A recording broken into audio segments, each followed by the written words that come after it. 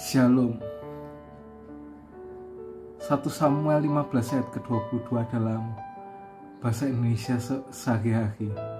Manakah yang lebih disukai Tuhan, ketaatan atau korban persembahan? Taat kepada Tuhan lebih baik daripada mempersembahkan korban.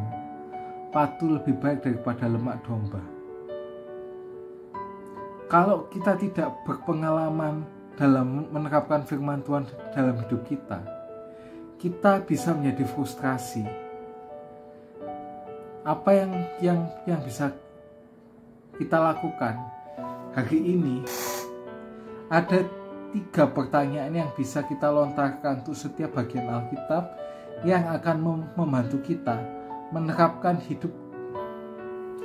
Alkitab dalam hidup kita. Yang pertama, apa maksud firman Tuhan ketika ditulis dulu?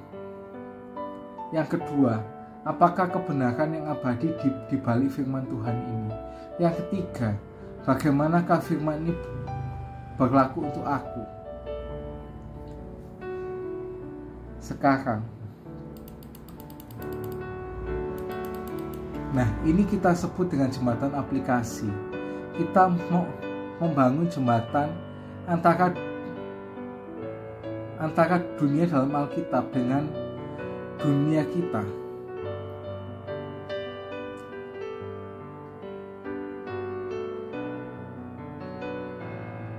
Mari kita coba membangun jembatan ini ketika menerapkan apa yang Paulus katakan kepada kita di 1 Korintus 8 mengenai makanan yang dipersembahkan pada berhala. Bacalah 1 Korintus 8 ayat 1-13. Lalu tanyakan diri kita sendiri pertanyaan-pertanyaan di bawah ini. Yang pertama, apa maksud firman ini ketika ditulis? Ada sekelompok orang di gereja Korintus yang tahu bahwa berhala tidak berarti apa-apa dan bahwa makanan yang ditawarkan kepada berhala tidak memiliki kekuatan yang sihir. Itu hanya hamburger atau steak yang enak. Gak ada salahnya memakannya karena berhala itu tidak nyata. Jadi kelompok orang ini akan secara bebas, namun mereka tidak memperhatikan apa yang orang lain mungkin pikirkan.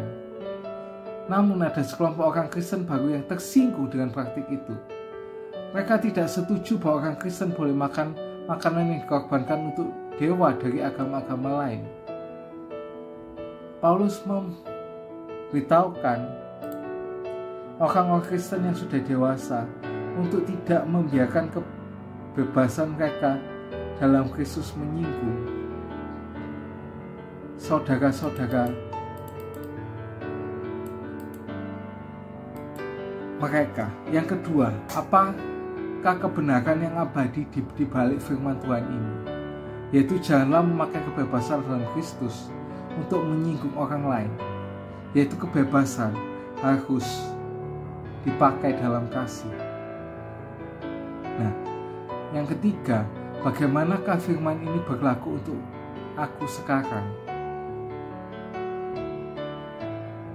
Ya, kalau di Pulau Jawa terutama jarang ya ditemukan makanan yang dipersembahkan kepada berhala. Kalau di Bali kan masih banyak kan kalau di Bali. Ya mungkin ya kita jarang juga, yang nonton ini mungkin juga jarang juga ya, kecuali kalau yang tinggal di Bali pasti kan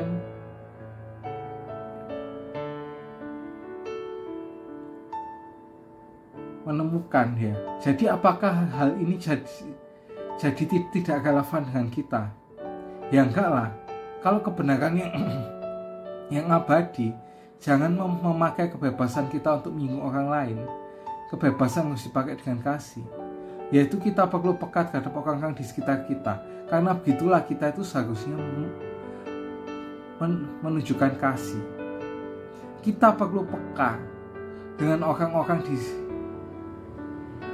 di sekitar kita. Karena begitulah kita harus melakukan kasih.